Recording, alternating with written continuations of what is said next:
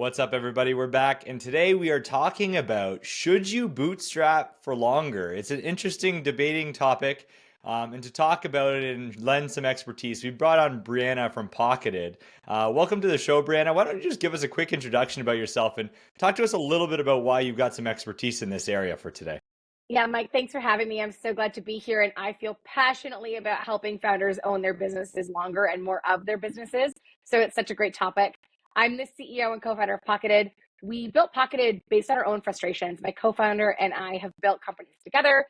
We built them separately, service businesses, software businesses. And the unanimous challenge we both had through that entire journey was how the heck do you get the money that you need to build and grow your company? So it's I think, prevalent issue most founders will encounter at least at some point. I think money keeps most of us up at night more than almost anything else.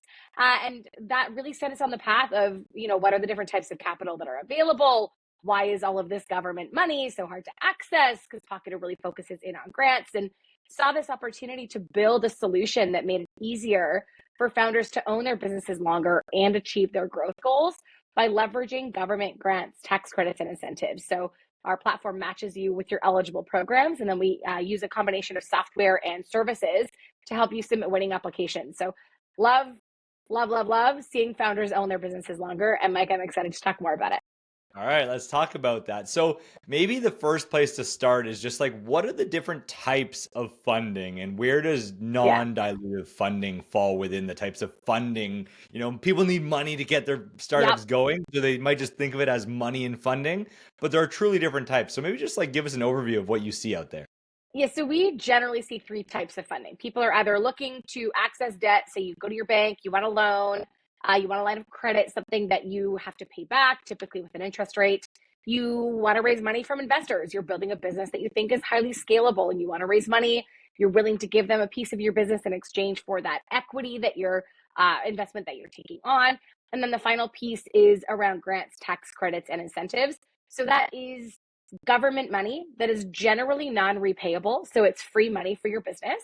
It does expect a rate of return, Mike. It still expects you to do something good for the country and create a benefit to Canada, whether it's creating jobs or upskilling the workforce or expanding our innovation, commercializable IP. But it is all about money to help you grow aligned with certain government mandates. So those are the three big bins: debt, equity, and then grants, tax credits, and incentives. And grants and debt are all non-dilutive. We, of course, see a lot of merit on the grants, tax credits, and incentive side, especially for early stage companies, anyone with an element of risk, because they're non-repayable. So unlike debt, where you're going to have this hanging over you, you're paying it back with interest. Grants, you're not. It is money really that is an injection into your business to fuel whatever milestones you're seeking to achieve. And so just to kind of understand this isn't you have to make a choice between one or the other. I would No. imagine that startups have the ability to, in the best of, leverage a little bit of all three just at different times in the journey, correct? Exactly. So through your business journey, you're going to tackle all three types of capital. Many of you, most founders, frankly, Mike, because we both know, aren't going to access equity. So it's not the right funding channel for lots of companies. And I think we're in a social era where raising money has been celebrated as the milestone, as opposed to celebrating the outcomes that companies achieve with the money they've raised or the milestones. So I think there's still some rhetoric around fundraising is the path to success, and raising money is the success outcome versus let's actually build great businesses. So for anyone that might be listening, if you're building a business and you think equity is something that you're not going to be pursuing for any number of reasons, know that that doesn't mean you're not building a great business, because you may access grants, you may access tax credits, you may access other incentives and debt, and those will be the right types of funding and the right combination of funding for you based on the business that you're building. It doesn't mean you're building any lesser than business, still a great business, and you want to be identifying the right funding pathways based on your goals and what you need to accomplish. The one other piece I'll add, Mike, and I don't talk about this probably as much as I should. Yep, there's equity, there's debt, there's grants, but the best revenue, my favorite revenue as a founder, or my favorite money as a founder, is revenue. You want Yeah. revenue. Make money from your customers. It's the most validating that you will ever most validation you'll ever have, and it's going to be the money that gets you the furthest. So you want to make sure that you're ultimately making money as a business too. That totally makes sense. So when we talk about these things, which I think are considered non-dilutive funding, like you're Mm-hmm. not giving up any equity, And Correct. you either have to you give something else back. You either give back interest, or to your point, you give back value to the country. But in the sense of your ownership stake, they're non-dilutive. Can you, I think we talked, that kind of explains a little bit, but can you talk to me about the advantages of why someone would consider non-dilutive funding and what moments in their journey that that's a relevant thing to consider? Yeah, obviously, the longer you have ownership of your business, full ownership of your business, the more control you have in the pathway that you're going to take and the journey that you're on. That being said, some people have to take money to achieve your goals. That's not a bad thing either, but it gives you more control over your decision making, over the path that you're going, and so on. So, in terms of when you want to be looking at non-dilutive funding, the answer is typically when you have an idea. If I'm in your shoes, I want to start using free tools like Pocketed to start understanding what's out there for the kind of business that I'm building. And more importantly, the activities I know I need to do in my business, where I need to invest in order to get ahead and achieve milestones. So for example, if you're building a business and you have an idea and you know that it's going to have an intellectual property component, you've got to develop software or have a research risk associated with what you're building, you want to understand the types of funding programs that are going to be available to you. And you want to start looking and understanding that landscape right up front. And that's true for a few reasons. Number one, the government doesn't really care when you want money. The government cares when they're planning to distribute money. So if you're a great fit for a program that might be accepting applications now, but it's not for a project you plan to tackle for 6 months, consider if it makes sense to pursue that money now. So when you're pursuing the project in 6 months, you can actually have the money at hand to subsidize that project. So we also want you looking at your funding opportunities, because when you're making early decisions around where to incorporate, there's some strategy around where is money available. Every province has different funding availability. About 35% of grants are available federally, so across the entire country. And then there are different concentrations of types of capital in different provinces. So in British Columbia, for example, we see lots of money around hiring, around innovation. In certain maritime provinces, a bizarre amount of concentration of funding for agriculture. So you want to understand, based on the kind of business that you're building, where does it make sense for you to be incorporated? So early, you want to be starting to think about these questions and looking at your best options. So would you say that this is a piece, like, I think there's oftentimes some groups that I talk to that fall into one of two camps. One which is, hey, grants, programs for research before I get started, before my MVP. And then there's other things that sound like tax credits that maybe sound like I don't need those until I'm making millions. But I think what you're saying is there's things that sprinkle all across the journey. Some of those ones that may be perceived only for large companies making millions might be accessible sooner. And you should almost build this as a piece of your business plan, if you will. Absolutely. And Yeah. how do you think about including this as an arm of revenue or investment in the same way you would as going out and pitching, and diversifying your thinking there? Exactly. And you need to put the same level of effort and thought into it and how it aligns with your business strategy, Mike, as you do with raising money. Because ultimately, grants can be distracting. If you're pursuing grants because they look like it's going to give you $100,000, for example, everybody wants $100,000. But if it's only to fund a project that's not actually a business imperative for you, it's not moving the needle in wherever you're going in the business, then it wasn't the right money to pursue.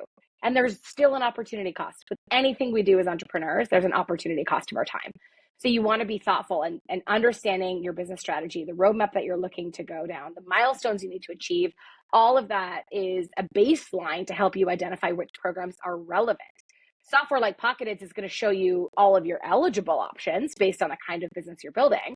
But that relevancy piece is based exclusively on your business goals, your business plan, and what you need to be doing to succeed.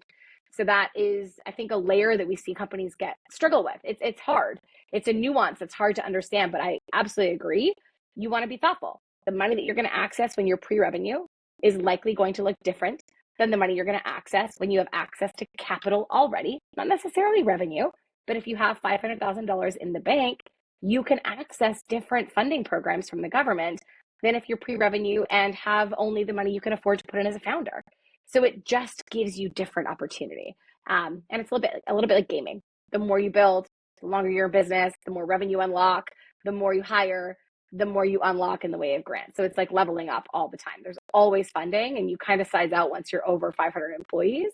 and over $100 million in revenue. But if you're not at 500 employees or over $100 million in revenue, grants, tax credits, incentives should absolutely be part of your funding strategy in different ways that whole way along.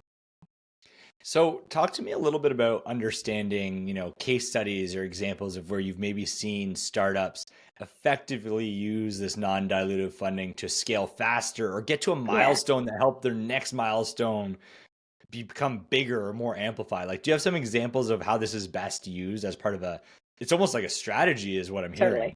Yeah, totally. So there's companies of every variety, whether it's a software business, somebody that's not in the innovation space, they're building a counseling practice, for example, bricks and mortar.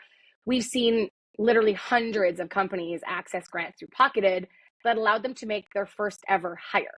So even from the very earliest days of building your business, Pocketed and grants can be impactful for you. Then, of course, we see companies as they're scaling up.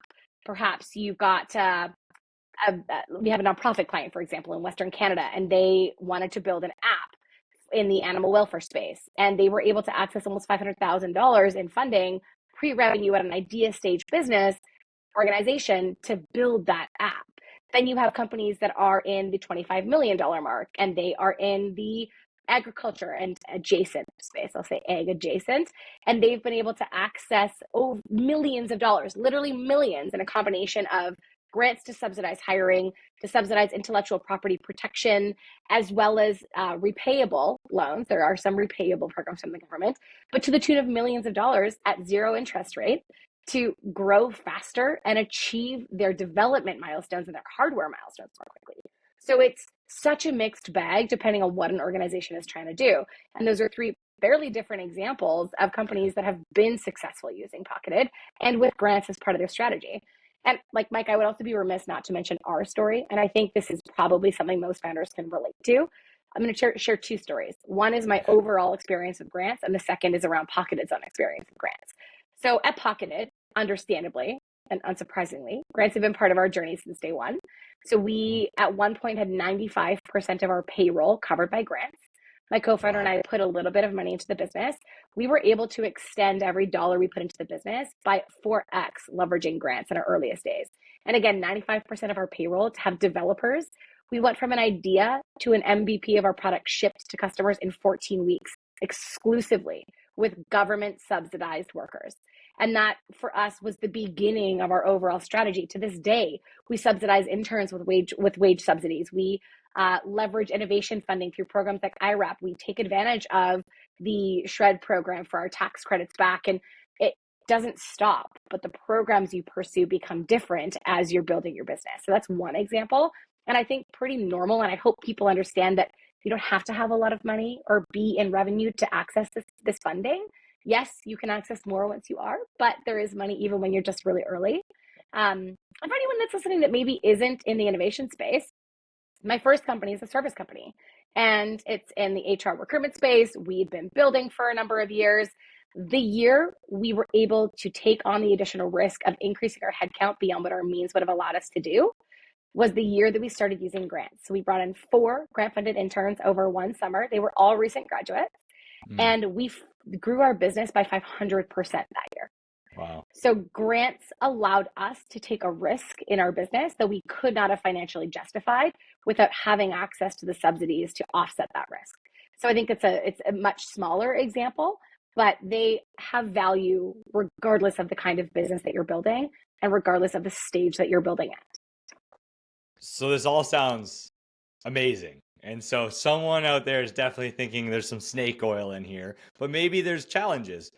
What are some of the challenges that come with this environment? So it sounds like, there's great stories of areas where you can tap into non-dilutive Mm-hmm. funding, grants, help offset costs in your business to grow. I'm sure it comes with some challenges. What are some of the common challenges to tapping into this space? Yeah, Mike, Pocketed shouldn't have to exist to make it easier for people to get the money they need to grow their businesses.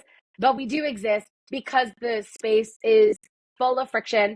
It's really painful to find the right programs. There is over 1,800 programs open in Wow. Canada right now. Right now.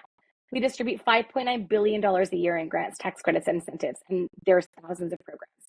But they change every day. They have spoken and unspoken criteria. They have, what they tell you they're looking for versus what we know they're actually going to make award decisions based on. Then once you get approved for an application, it takes a lot of time to get that application in. You get approved, which feels like the win. Then you actually have to do your claims and reporting. So there's all the administration and the compliance that goes along with using that funding. So from finding the right programs, determining the ones that are the right fit for your business, submitting that application, and doing your claims, it's painful, it's time consuming, it can be distracting. There is, like I said, an opportunity cost. Even though, yes, it's great money, there's an opportunity cost to that. And that means that people needed tools and resources to help streamline it. That was literally why we built Pocketed. How do we make it easier for companies to get the money they need to grow? The government puts it out there. How do we make it easier for people to find it and then win it successfully? And so our platform does that for folks. We centralize all of the information. We update it literally every single day.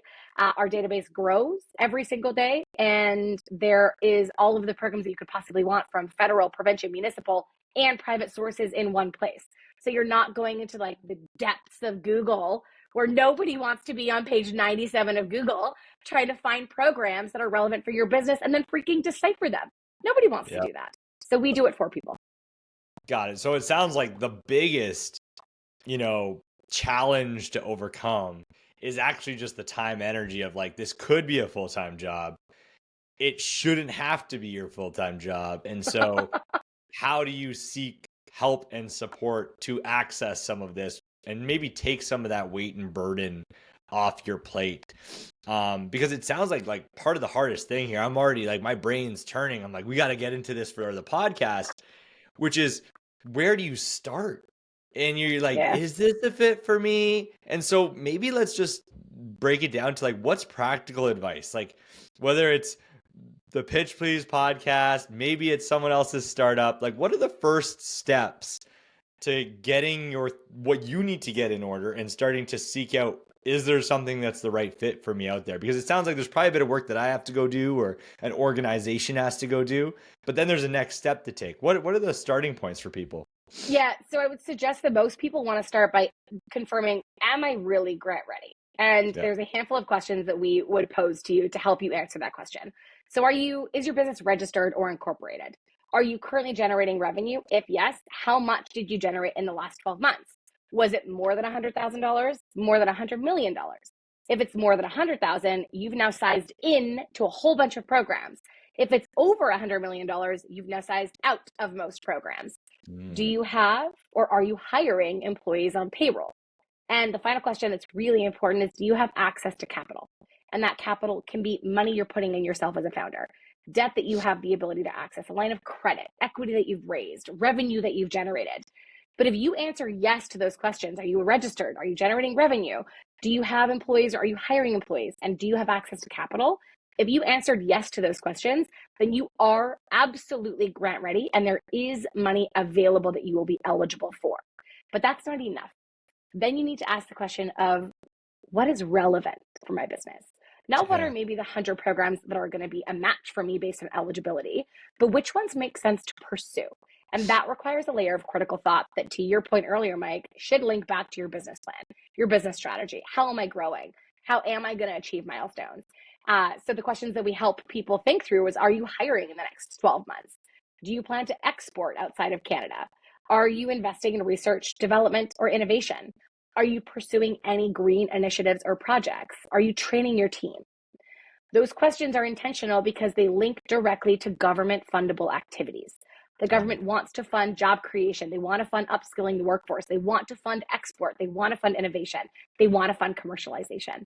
So if you're investing or have those types of activities on your roadmap to get you to your next milestone, then there are relevant programs, and your answers to those questions will help you to determine the programs that are most relevant. And our software does a lot of that lift for you. So from a next step standpoint, Mike, everyone here should be going and creating a Pocketed account. We'll give you a code that you can share with your audience so that it can be totally free for folks.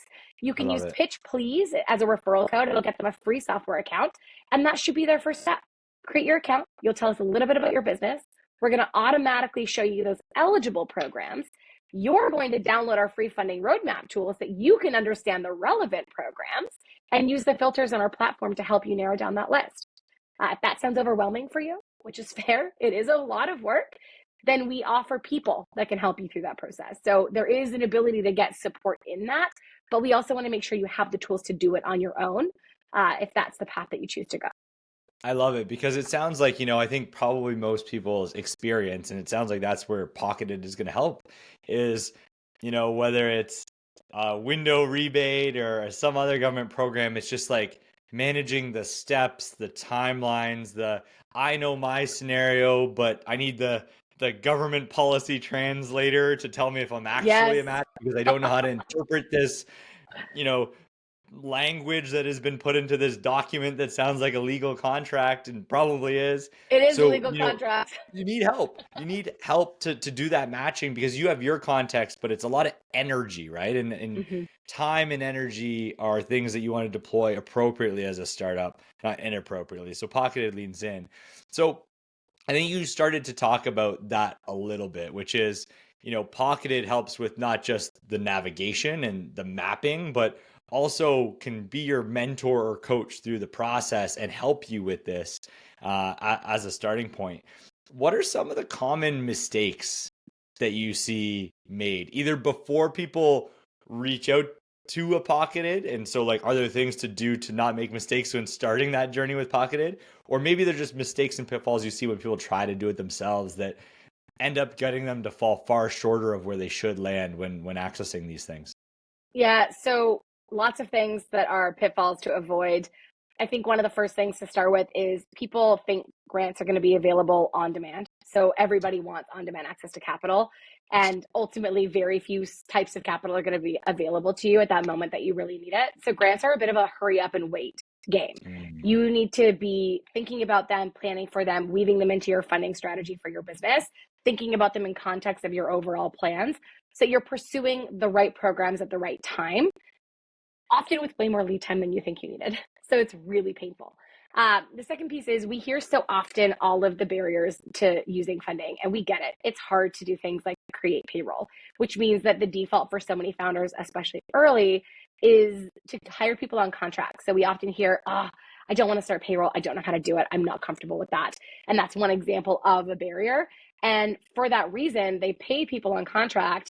And if they just put them on payroll, they could have subsidized them. So it's almost overcoming that fear of some of those new things in entrepreneurship in that journey and leveraging the tools that are available to you to get comfortable with the uncomfortable and take the risks when it's appropriate and when it's going to help to offset your costs overall. And then I think the final piece that I'll highlight that I really wish more people would understand is so often as a woman founder, I get people coming to me saying, Brianna, I'm a woman founder and I'm building a software company. What money is out there? And my answer is, really, there's zero money that's out there just because you're a woman founder building a software company. There's lots of programs for which you will be eligible, but what are you investing in? Putting that hat back on of how am I spending money in my business? Which of those activities that I need to invest in to reach a milestone are fundable activities as defined by the government? And that is going to help folks move so much faster and leave less money and opportunity on the table as it relates to grants, is starting to think about your business not just as a business, but in terms of the activities you're investing in to build and grow your business. That is going to help you absolutely make it freaking rain when it comes time to access grant funding. I really like that because I think sometimes in the world of startups, I think we started at the beginning with this, which is like the joy of the raise and the achievement of securing funding. But sometimes that's just a check that people don't even intentionally know, like, oh, we're going to invest into sales and marketing. Yeah, totally. They're just these blanket statements. So to your point, having clarity on, like, it can modify over time, but having clarity on where you're trying to go and what you're trying to do, that in itself is really good business practice. And that in itself will help you when seeking things like non-dilutive funding, but it'll be a power up skill when you're seeking equity raises as well. Absolutely. And that's the reality, right? Is so many of these things dovetail together. And it's not just knowing where am I going, it's being realistic with yourself and what does it take to get there. So if you come to me and you say, we're going to tackle the US and we're going to take over the US market, and you've got $5,000 budgeted for marketing, I have questions for you. So it's also being honest and pragmatic with yourself about what's it going to take to achieve the next milestone that I want to achieve. How the heck do I get there? And what are the different pathways to get there? Because you might need marketing. And everybody wants money for marketing from the government. The government doesn't really give money for marketing, which is always disappointing for people. But Yeah. instead of thinking about it just as who's going to give me 10 grand to spend on Google ads or whatever it may be, how can I use the funding that is available to hire a marketer and subsidize that marketer 70% of their salary to do this marketing work for me? So it's thinking creatively, and you can only do that when you have clarity of where you're going and what it's going to take to help you get there. Helps you identify those more creative pathways. I like it. So we started with the question of should you bootstrap for longer? But if I'm getting the takeaways right, it's not should you bootstrap for longer, it's should you bootstrap elements of your business throughout the whole journey or Totally. bootstrap more often. Don't not take on equity, don't not take on debt financing, but also bootstrap parts of your business where you can to not forego equity when it's unreasonable to do so. Am I kind of getting that right? Absolutely. You want to be accessing the right types of capital at the right stage in your business journey. And that may mean that you're accessing all three types or four types if we count revenue as part of that. You may start with grants. You may then start accessing debt. You may then raise money and all the way along that journey be generating revenue. You will likely leverage all types of capital in your growth journey. And that's going to be dependent on what you're building. And again, those milestones that you want to pursue and the alternatives that you have available to you. And that is, macroeconomically defined to some extent too. Debt's freaking expensive right now. Very few people want debt if we can find an alternative. And Yep. that also impacts grants.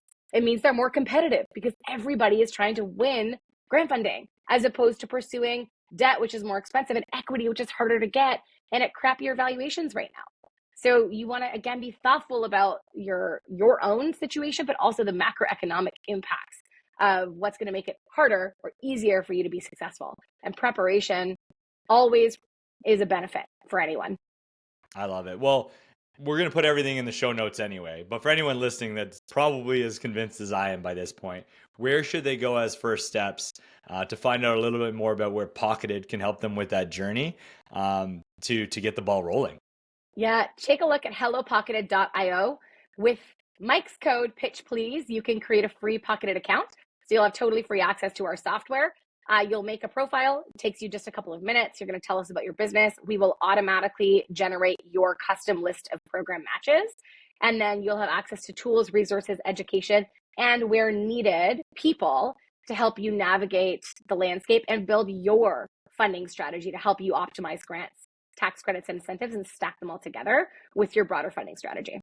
I love the combination where it's like the technology and the tools, but also the people element, because I'm sure that's on people's mind, which is like, yeah, I can get the tech and the tools, but at some point I need someone that can help as well. And it Totally. sounds like you've got both. We've covered a ton of ground. This has been a super action-packed, sub 30-minute discussion. Is there anything that we left out, Brianna, that people need to know as closing thoughts around non-dilutive funding, bootstrapping, grants, any of those likes that we missed today that you want to make sure that we close off on? I would say you want to be thoughtful about how you stack all of those things together. So definitely, to Mike's point, make sure you're understanding how any of those different funding types fit into your overall plan. But also think about how even just in the grant world, you can stack programs together. And that's where access to expertise, to education, to resources is going to really serve you well. But it all starts with getting started. So the first thing you need to do is take a step forward. And that may be for you creating your Pocketed account. It may be submitting that application that's been sitting open in a Word doc on your computer for the last 60 days, and move fast because we're seeing programs close faster than they ever have before, long before their stated program close dates. So start today by creating your free Pocketed account, or if you have that pending application, get it submitted. You're doing yourself no favors by having it open on your computer unfinished. I love it, Brandon. Thank you so much for joining us today to talk about this extremely useful topic.